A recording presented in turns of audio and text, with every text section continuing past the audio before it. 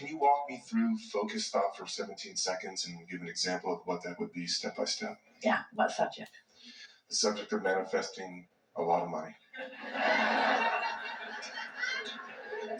All right, now there's some things to take into consideration because there are a lot of clogged pipes on that subject. So there already is quite a bit of momentum on that subject. So if we approach it in any normal way, we're just going to add to the clogged pipe. You see what we're getting at? So here's a law-based fact that if you can hear it, it will serve you in every conversation that you have with yourself in your deliberate creation forevermore. The more general you are when you approach a topic where you know you have clogged pipes, the better off you'll be. Now think about what that means. If you don't have any clogged pipes, if you're thinking about something wanted, then the more specific you are, the faster the momentum and the better it is because you're carving out a path of least resistance to something. But when you're thinking about something unwanted and adding to what you do not want, then the less specific you are, the better off you'll be. Does that make sense to you? What's the goal here? To find the first pure thought about abundance. A pure thought about abundance. So just reach for a pure thought about abundance, which means try not to have it have any relationship to you. If you're not feeling abundant, then be good to leave you out of the equation for just a little bit. So let's just talk purely about the idea of abundance. Abundance, the idea of abundance makes me feel free.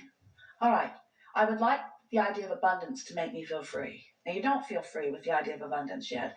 So you just said something you don't mean. And this is something, now friends, we said we're going to really be fine-tuning here. So hear this statement. When you say something you don't mean, law of attraction, here's what you do mean. Ooh. So you poked at it with a stick and didn't get the results that you wanted. See what we're getting at? So let's, rather than talking about abundance and money, let's talk about abundance. Abundance of clarity, abundance of sunshine, abundance of ocean. Are those easier for you to feel abundance about? Definitely. All right, so with the idea of fewer clogged pipes and just more free-flowing thought, give us some statements about that kind of abundance. The sun beating down on me makes me feel energetic, inspired. Lots of sun abundance, isn't there? I never wake up and wonder, well, wait. Esther couldn't find the ocean for 3 days last week. So that statement was not exactly accurate. Whether I can see the sun or not, I know it's out there. Whether I can see it clearly or not, I know it's there. That statement feels pretty good, doesn't it? I know it's there. I really never worry about the sun not being there. There are aspects of well-being and abundance that I just take for granted. My belief is never challenged about it. I just know that there is abundance around me. Yeah. So what other kind of abundance comes easily to you? Abundance of music comes very easy. Talk to us about that a little bit, generally. I hear music throughout my day. Huh. Stay in that feeling for a little bit and become more specific if you want to. Since there's no resistance on that topic, then as you become more specific, you carve out a greater path of less resistance. So carve that out a little bit. Songs just come to me, and I don't know where they come from, but they come and it sounds good, and I'm open to receiving these musical messages. I have no idea where they come from, but so I accept that from the unseen, abundance flows to me in this form. And so it is logical to me that from the unseen, that all nature of abundance will flow to me. And that in the same way that I can be in a vibrational place of just allowing that to happen, I can be in a vibrational place of allowing more abundance on more subjects to happen. Feel how free-flowing that is? In other words, no resistance. And those statements were easy to make and felt good as you make them. Now, that may be all the work that you need to do for one conversation that you're having with yourself. And you can tell that you've done good work because you have contemplated a subject and you felt good while you contemplated it. So we're going to make a statement to you, really to all of you. This is another refined point, very fine-tuning, deliberate creators that we are visiting with here today. So how do you feel about the concept of, in order to get the results that you want, if you've got some clogged pipes, just never mind them, lay some new pipes? Doesn't that make perfect sense to you? Isn't that an easy to understand concept? So now we just want to insert this very important understanding. When you're standing in the middle of clogged pipes, and you know you are because you feel uncomfortable, that's not the time to try to lay new pipes, because all you do is increase the clogging of the pipes that already exist. So here's a statement that we want you to remember.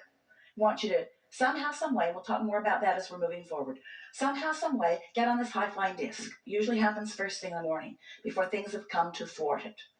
Sometimes you don't make it to breakfast. But first thing in the morning is when you're most likely to feel it.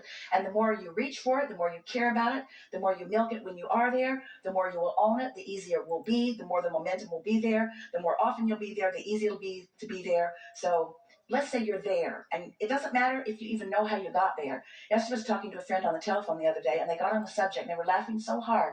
They were laughing so hard that neither one of them could understand what the other one was saying.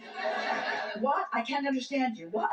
I can't understand you. And so Esther has decided that she never needs to meditate again. She'll just remember that conversation, and she goes right to that high-flying disc. In other words, when you get hold of something that feels like that, just milk it and milk it and milk it and milk it and milk it, and use it for your reason for feeling the way that you're feeling.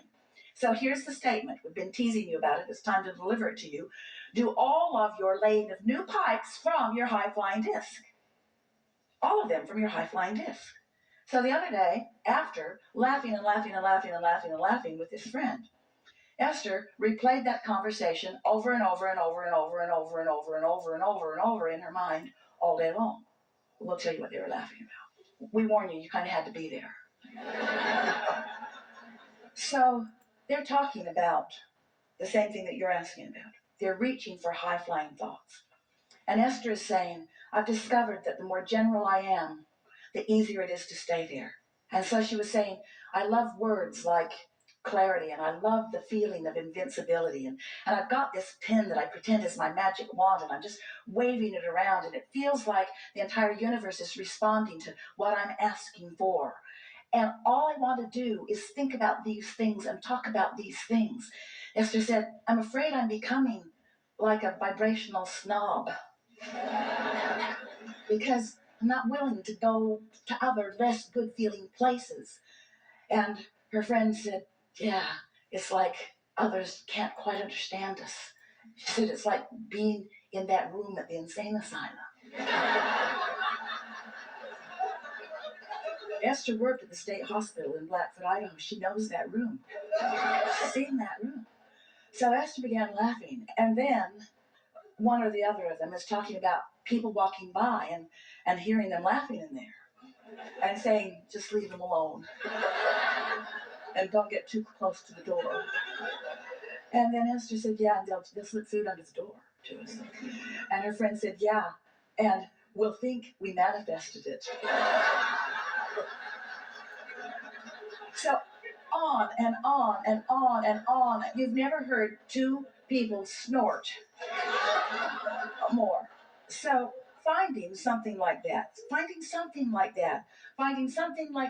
and milking it just for the fun of it, milking it just for the clarity of it, causes you to practice that high-flying vibration and gain momentum of that high-flying vibration and make it more likely that that is the high-flying vibration that you own. Make it easier to be there. So after that, Esther went to bed that night playing that over and over and over in her mind. She had a long conversation with her daughter Tracy, who was waiting to pick someone up at the airport, telling her the story and laughing and laughing and laughing and laughing and laughing.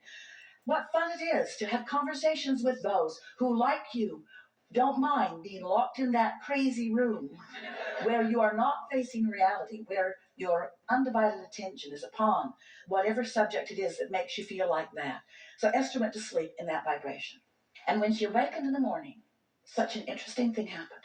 Because her first thought, now she's been listening to us for a long time, talking about how when you prepay, when you go to bed thinking about good things, and you'll wake up thinking about good things. And Esther woke up, and the first thought that was in her mind was maybe the most troubling thought that she's experienced in the last several years. That was the thought that was in her mind. But she was so consciously aware of all of these concepts that we've been talking about that she said to herself right out loud, I've got 16 seconds to shake this thought. 16 seconds to return to my high-flying disc. 16 seconds to lay my new pipes about this subject. And then energy just flooded all through her as she realized that this was her high-flying disc.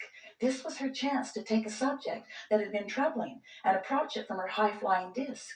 And she left it in a place never to return to again. You see what we're getting at? This is the way that you find clarity. This is the way you find abundance. You wait until you're in that feeling of high-flying abundance, and then you can approach the subject that's a little more troubling if you want to, understanding that it's risky, but it's only 16 seconds of risky, right? You've got 16 seconds. You've got 16 seconds to let it go or to bring it into alignment. Our favorite story that fits right here. We've got to tell it to you now because it means everything. Sometimes it's like you say to us, Abraham, I've jumped out of an airplane and I have no parachute. What do you suggest that I now do?